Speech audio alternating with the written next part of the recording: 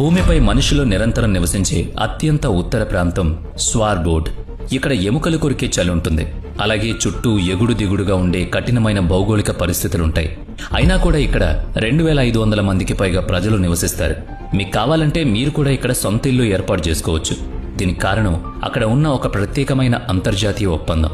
ఇంత చలిలో ఎటువంటి వసతులు లేని ఈ మారుమూల ప్రాంతంలో అసలు ప్రజలు ఎందుకు నివసిస్తున్నారో అనేది ఒక ఆసక్తికరమైన ప్రశ్న. దీన్ని అర్థం చేసుకోవడానికి ముందుగా ఈ దీవికి సంబంధించిన భౌగోళిక పరిస్థితులను మనం నిశ్చితంగా చూడాలి.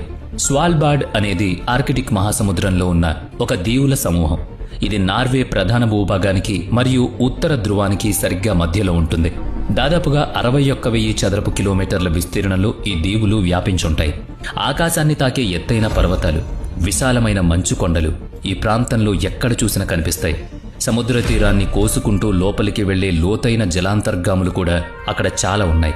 ప్రపంచంలో స్వాల్బార్డ్ లాంటి తీవ్రమైన వాతావరణం ఉన్న ప్రాంతాలు చాలా అరుదుగా ఉంటాయి. ఈ దీవుల సమూహంలో మొత్తం 9 ప్రధాన దీవులు మనకు కనిపిస్తాయి. వీటిలో స్పిట్స్బెర్గెన్ అనేది అతిపెద్ద మరియు అత్యంత ముఖ్యమైన దీవి. ఇక్కడ జనాభాలో ఎక్కువ శాతం మంది ఈ దీవిలోనే నివసిస్తుంటారు. మౌలిక సదుపాయాలు అన్నీ కూడా ఇక్కడే కేంద్రీకృతమై ఉన్నాయి. ఎందుకంటే మిగతా ప్రాంతాలు ఏవీ కూడా మనుషులు నివసించడానికి ఏమాత్రం అనుకూలంగా ఉండవు. స్వాల్బార్డ్ భూభాగంలో దాదాపు 60% భాగం పూర్తిగా మంచుతోనే కప్పబడి ఉంటుంది. ఈ మంచు కొండలు కరుగుతూ లోయలను ఏర్పరుస్తూ రాళ్లతో కూడా గుట్టలను వెనకేసుకొస్తాయి. ఈ మంచుకొండల్లో నార్డాస్ట్ లాండెంట్ మీద ఆస్ట్ఫోర్నా భూభాగం చాలా విశాలమైనది. ఇది మొత్తం ఐరోపా ఖండంలోనే ఉన్న అతిపెద్ద మంచు పర్వతాల్లో ఒకటిగా గుర్తింపు పొందింది. ఈ విపరీతమైన మంచు కారణంగా దీవుల్లో ఇతర పనులు చేయడం దాదాపుగా అసాధ్యం. నార్వే దేశ ఆధీనంలో ఉన్న ఈ ప్రాంతం దాని అద్భుతమైన ఫోర్డ్లకు చాలా ప్రసిద్ధి. ఫోర్డ్ అంటే సముద్ర భూభాగంలోకి చొచ్చుకురావడం వల్ల ఏర్పడే సహజమైన లోతైన జల మార్గాలు. ఇవి లోపల ప్రాంతాలకు వెళ్లడానికి ప్రవేశ ద్వారాలుగా ఎంతగానో ఉపయోగపడతాయి. సముద్రం నుంచి నిటారుగా పైకి లేచిన పర్వతాలకు ఇవి చాలా అందమైన వ్యత్యాసాన్ని చూపుతాయి. అలాంటి జల మార్గాల్లో ఐస్ ఫ్రోడ్జన్ అనేది ఒక అతిపెద్ద మరియు విశాలమైంది. ఈ జల మార్గాలతో పాటు స్వాల్బార్డ్లో ఎన్నో అద్భుతమైన పర్వత శ్రేణులున్నాయి. ఇక్కడ ఎత్తైన పర్వతం న్యూటన్ టాపెన్ ఏకంగా 1717 మీటర్ల ఎత్తులో ఉంటుంది. మంచుతో కప్పబడిన దాని వాలులు, పదునైన అంచులు ఆ ప్రాంతమంతా ఆక్రమించినట్లు కనిపిస్తాయి. భూమి లోపలి పొరల కదలికలు మరియు అగ్నిపర్వతాల చరిత్రను ఈ ఎత్తైన పర్వతాలు మనకు తెలియజేస్తాయి. అయితే ఐస్లాండ్ లాగా కాకుండా స్వాల్బార్డ్లో ఇప్పుడు ఎలాంటి అగ్నిపర్వతాల కార్యకలాపాలు లేవు. యురేషియన్ మరియు ఉత్తర అమెరికా పొరలు విడిపోవడం వల్ల ఈ దీవి 60 మైళ్ల తూర్పు వైపుకు జరిగిపోయింది. ఇది ఆర్కిటిక్ ప్రాంతంలో ఉన్నప్పటికీ ఇక్కడ వాతావరణం కాస్త మితంగానే ఉంటుంది. గల్ఫ్ స్ట్రీమ్ అనే సముద్ర ప్రవాహం దీనికి ప్రధాన కారణమని చెప్పొచ్చు. దీనివల్ల అక్కడ వేసవి కాలంలో వాతావరణం చల్లగా ఉన్నప్పటికీ మనం ఊహించినంత తీవ్రత మాత్రం ఉండదు. ప్రపంచంలోని ఇతర ప్రాంతాల్లాగే స్వాల్బార్డ్ వాతావరణం కూడా క్రమంగా వేడెక్కుతోంది. 2020 జూలై 25 నాడు ఇక్కడ రికార్డ్ స్థాయిలో 21.7 డిగ్రీల ఉష్ణోగ్రత నమోదైంది. కాలిఫోర్నియాలోని శాన్ డియాగోలో ఉండే సాధారణ ఉష్ణోగ్రతలకు ఇది సమానంగా ఉంటుంది. చలికాలం మాత్రం చాలా చల్లగా, సుదీర్ఘంగా మరియు భయంకరమైన చీకటి ఉంటుంది. భౌగోళిక పరిస్థితుల్లాగే ఈ ప్రాంత చరిత్ర కూడా అంతే ఆసక్తికరం. ఇంత కఠినమైన వాతావరణం ఉన్నప్పటికీ మనుషులు ఇక్కడికి తరచుగా రావడం ఈ చరిత్ర మనకు చెబుతుంది. మనుషులు ఈ దీవి మొదటిసారిగా ఎప్పుడు కనుక్కున్నారో తెలుసుకుందాం. రికార్డ్స్ ప్రకారం 1596లో విలియం బ్యారెంట్స్ అనే డచ్ అన్వేషకుడు దీన్ని కనుగొన్నాడు. ఐరోపా నుంచి తూర్పు ఆసియాకు సముద్ర మార్గం వెతుకుతున్న సమయంలో అతనికి ఈ దీవులు కనిపించాయి. ఈ దీవులను చూసిన వెంటనే అతను వాటిని స్పిట్స్బెర్గెన్ అని పేరు పెట్టాడు. దానికి పదునైన పర్వతాలు అని అర్థం వస్తుందట. అది అక్కడి వాతావరణానికి సరిగ్గా సరిపోతుంది. బ్యారెంట్స్ రాకతో ఈ మారుమూల ప్రాంతం అధికారికంగా ప్రపంచ చరిత్రలోకి అడుగుపెట్టింది. కానీ అంతకంటే వందల ఏళ్ల ముందే రష్యాకు చెందిన పోమోర్ వేటగాళ్లు ఇక్కడికి వచ్చుండొచ్చని కొన్ని ఆధారాలున్నాయి. బ్యారెంట్స్ కనుగొన్న తర్వాత శతాబ్దాల పాటు స్వాల్బార్డ్ ఆర్కిటిక్ అన్వేషకులకు ఒక ప్రధాన కేంద్రంగా మారింది. 1600 మరియు 1700 దశాబ్దాల్లో ఐరోపా అంతటి నుంచి తిమింగలాల వేటగాళ్లు ఇక్కడికి చేరుకోవడం మొదలుపెట్టారు. ఇక్కడ భారీ సంఖ్యలో ఉండే బోహెడ్ తిమింగలాల కోసం వాళ్ళు తమ పడవల్లో వచ్చేవారు. తిమింగలాల సంఖ్య విపరీతంగా తగ్గిపోయే వరకు ఈ వేట కొనసాగుతూనే ఉంది. జంతువుల సంఖ్య తగ్గిపోవడంతో వేటగాళ్లు ఆ ప్రాంతాన్ని పూర్తిగా వదిలేశారు. ఆ తర్వాత మరో కొత్త వనరు దొరికే వరకు స్వాల్బార్డ్ భూభాగం మళ్లీ నిర్మానుష్యంగానే మారింది. 1800 దశాబ్దం చివరి నాటికి ఇక్కడ అపారమైన బొగ్గు నిక్షేపాలున్నాయని తెలిసింది. ఈ బొగ్గు నిక్షేపాలు నార్వే మరియు రష్యా లాంటి దేశాల మైనింగ్ కంపెనీలను తీవ్రంగా ఆకర్షించాయి. నివాస ప్రాంతాలు ఇక్కడ ఏర్పడ్డాయి. అప్పటి వరకు కేవలం తాత్కాలిక రూపాంతరం చెందింది ఇప్పుడు ఒక్కసారిగా మారిపోయింది. ఇక అది ఆర్కిటిక్ అన్వేషణల కాలంలో కూడా ఎంతో కీలకమైన పాత్ర పోషించింది. 1800 చివర్లో మరియు 1900 ప్రారంభంలో ఉత్తర ధ్రువానికి వెళ్లే అనేక యాత్రలు ఇక్కడి నుంచి మొదలయ్యాయి. రోల్డ్ అముండ్సెన్ మరియు అంబెల్జో నోబెల్ లాంటి ప్రసిద్ధ అన్వేషకులు ఈ దీవులను తమ స్థావరాలుగా మార్చుకున్నారు. ఈ అన్వేషకులు నేరుగా జనాభాను పెంచకపోయినా ప్రపంచవ్యాప్తంగా ఈ దీవుల గుర్తింపు ఎంతో పెంచారు. దీనివల్ల అనేక దేశాలు ఈ భూభాగం తమదంటే తమదని పోరాడాయి, పోటీ పడ్డాయి. శతాబ్దాల పాటు సాగిన భూ వివాదాల తర్వాత చివరకు 1920లో స్వాల్బార్డ్ ఒప్పందం కుదిరింది.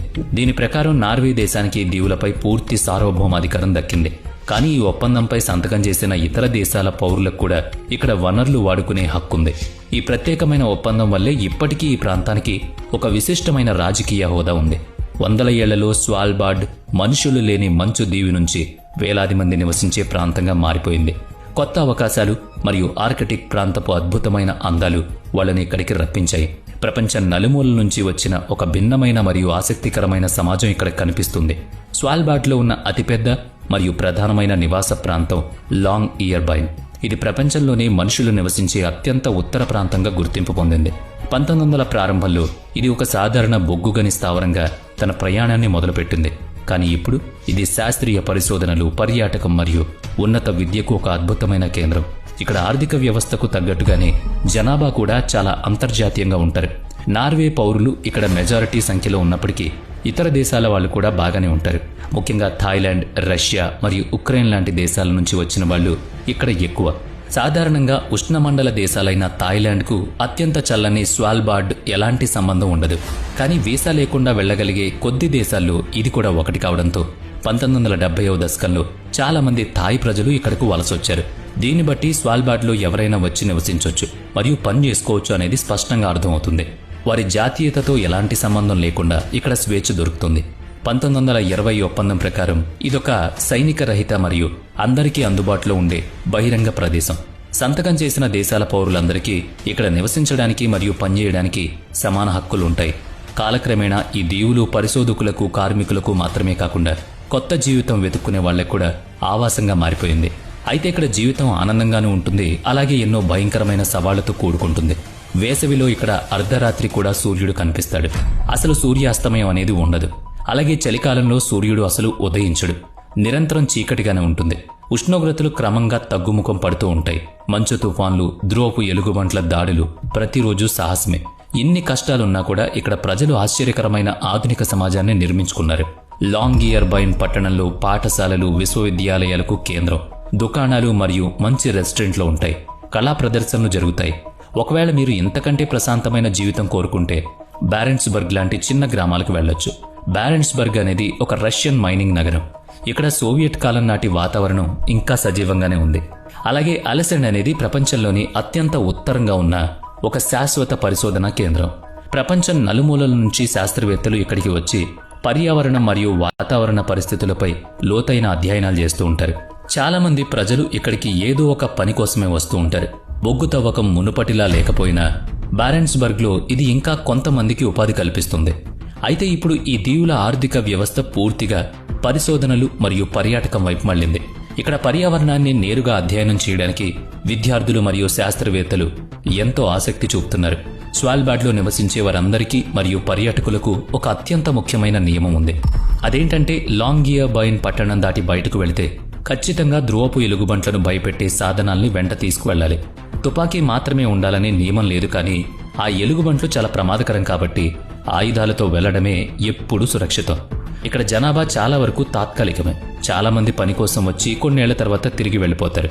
ఇక్కడ బహిరంగ వలస విధానం ఉన్నప్పటికీ అది స్థానికులకు కొన్ని తీవ్రమైన సవాళ్లను తీసుకొస్తోంది.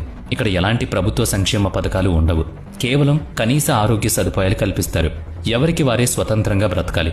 తమను తాము పోషించుకోలేని వారు వెంటనే ఈ ప్రాంతాన్ని విడిచి వెళ్లిపోవాలి. ఇక్కడ నివసించాలంటే శారీరకంగా మరియు మానసికంగా ఎంత దృఢం కావాలంటే ఆ నియమాలు మనకు స్పష్టంగా చెబుతారు. వీటన్నిటితో పాటు స్వాల్బార్డ్ ఇప్పుడు వాతావరణ మార్పుల ప్రభావాన్ని కూడా చాలా తీవ్రంగా ఎదుర్కొంటోంది. చట్టబద్ధంగా అవకాశం ఉన్నప్పటికీ దీర్ఘకాలం ఇక్కడ బతకడం అనేది నిజంగా చాలా కష్టమైనది. ఇక్కడ జీవన వ్యయం చాలా ఎక్కువ మరియు చేయడానికి ఉద్యోగాలు కూడా చాలా తక్కువ. మనం రోజు ఆశించే కనీస మౌలిక సదుపాయాలు ఇక్కడ అస్సలు ఉండవు. వందల ఏళ్ల తర్వాత కూడా ఇక్కడ జనాభా ఇంత తక్కువగా ఉండడానికి ఇదే కారణం. నేడు స్వాల్బార్డ్లో కేవలం 2500 మందికి పైగా మాత్రమే నివసిస్తున్నారు. ఇంత ఉత్తరాన ఇంతమంది ఉండడం కూడా గొప్ప విషయం. వీరిలో సుమారుగా 1800 మంది కేవలం లాంగ్ ఇయర్ బైన్లోనే నివసిస్తారు. మిగిలిన వాళ్లలో 455 మంది బ్యారెన్స్బర్గ్లో, మరో 100 మందికి పైగా లై అలెన్సన్లో ఉన్నారు. ఇవి కాకుండా ఇక్కడ పెద్దగా జనసంచారం ఎక్కడ ఉండదు. 1998లో వదిలేసిన పిరమిడెన్ అనే పాత సోవియట్ మైనింగ్ పట్టణం కూడా ఇక్కడ ఒక అరుదైన జ్ఞాపకంగా మిగిలిపోయింది. స్వాల్బార్డ్ యొక్క విచిత్రమైన భౌగోళిక పరిస్థితుల గురించి తెలుసుకోవడం మీకెంతో ఆసక్తికరం కలిగించిందని నేను మనస్ఫూర్తిగా అనుకుంటున్నాను. ప్రపంచంలో ఉన్న ఇలాంటి మరిన్ని అద్భుతమైన మరియు వింత ప్రదేశాలకు సంబంధించిన మ్యాప్లు మేము